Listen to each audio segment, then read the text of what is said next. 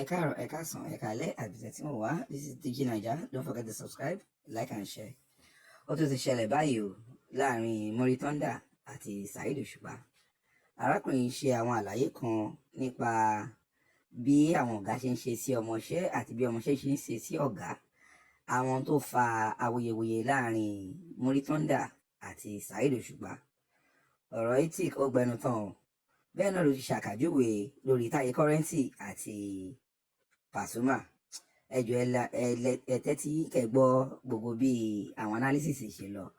Lóòótọ́ ní tí ọ̀gá bá ń ṣe sí ọmọọṣẹ́, bó bá yẹ ṣe sí ọmọọṣẹ́ yẹn náà ló máa mú kí àwọn ọmọọṣẹ́ náà react sí ọ̀gá. But mi ò tí ì lè bẹ̀, mi ò fẹ́ bẹ́ẹ̀ sìn, ẹ jẹ́ ká gbọ́ lẹ́nu arákùnrin. Òṣùpá expected 100% loyalty. On the side of Muri Thunder, òun expect bó Òṣùpá bá ṣe ń ga báyìí, tó bá ṣe ń fò lókè báyìí, kó máa di òun mẹ́rù lọ ni. Ṣebí kò lè balance. Bọ́dẹ̀ ní olórin kọ́kọ́ ló máa ń ṣe ìwọ gan tó ń wú mi, tó ń gbọ́ mi. Ọ̀nkù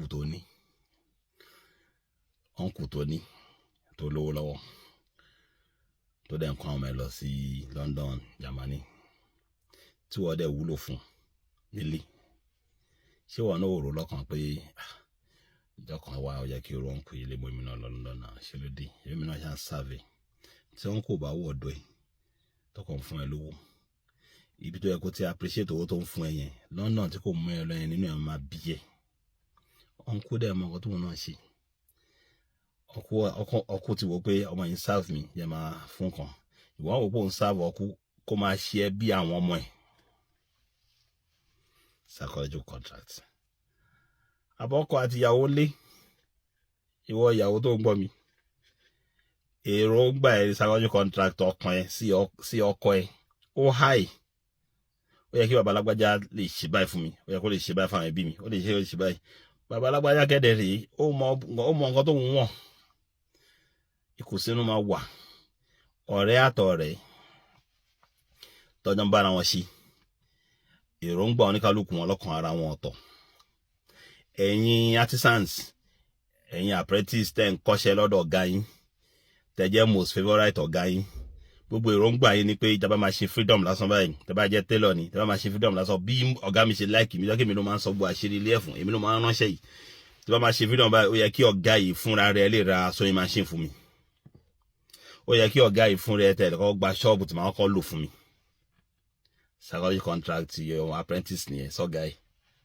Ọ̀gá náà dẹ̀ máa wọ pé mo yín kọ́mọ iṣẹ́ tí mò ń fi gbọ́ àṣírí iṣẹ́ wọn yìí, ó jẹ́ kó máa sọjọ́ tó bá di ọjọ́ ọ̀la tóun náà bá ti make owó lọ lókè lọ́hùn, ó yẹ kó máa ju returns fóun àjọ níní.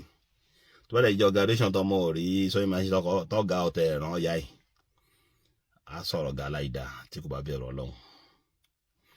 So for GMAT, èmi ò fẹ́ mọ̀ anything private tó bá ṣẹlẹ̀ sí wọn. Analysis mo ṣe for GMAT as far as I'm concerned authoritatively.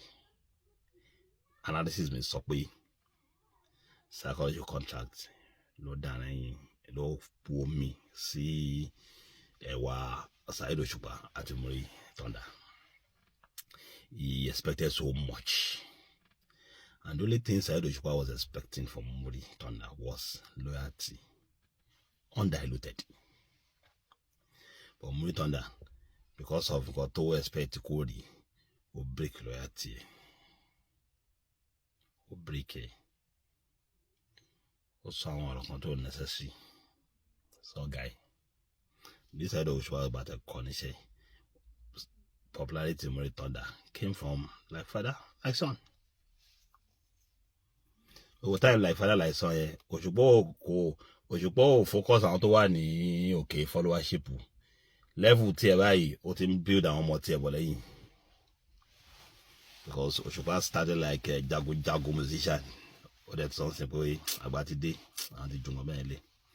Ìgbàkúgbà tó ń wọ̀ kí ń gbàǹgbà kan, òun ti ń gbà ń sìn. Saheed Òṣùpá ó praise Táyé Currency ńgbà kan.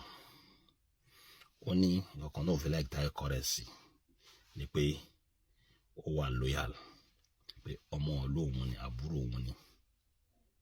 But òun kọ́ lòun gbé, Paso ló gbé.